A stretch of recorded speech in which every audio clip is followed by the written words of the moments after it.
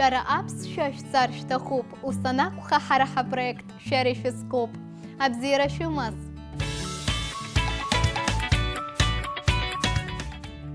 Определяя свое месторасположение, мы используем слова, называющие части света. Это север, юг, восток и запад. Аведа – север, Алада – юг, Амраташара – запад, Амрагылара – восток, Ахархарта – направление, Ахута – часть, Аладаты Ахута – южная часть, Аведаты Ахархарта – северное направление, Ахара – даль, Айгуа – вблизи. Посмотрите, как эти слова сочетаются с другими словами. Аладат Сыт – пошел на юг, Аведат Халт – пошел на север, Амрагыларах Дыпшуэт – смотрит на восток. Амраташарах Амштшгёб – на западе плохая погода. Сарахара Сунхойт – я живу далеко. Связа Айгуадыкоп – мой друг находится близко.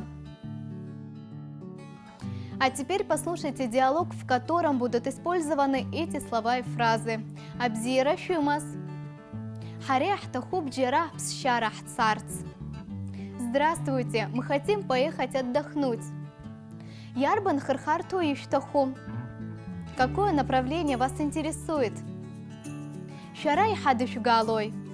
А что вы можете предложить? Мраташаратый мамзар мрагыларатый хархартакуа и хаябаштаху.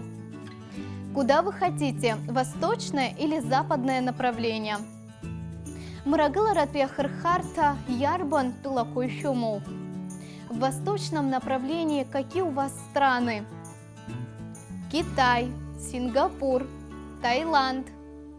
И табупаха и харатшоп. И хаяйгуана и шумой. Спасибо, но это далековато. Что у вас есть поближе? Тырктулаш тахдзами, ахгитшгедзам. Не хотите в Турцию? И цены приемлемые. И табу, хасходцев. Спасибо, мы подумаем. Собираясь в путешествие, выбирая страны мира, используя эти слова, вы сумеете поддержать разговор в любой туристической компании Абхазии. Абзиерат.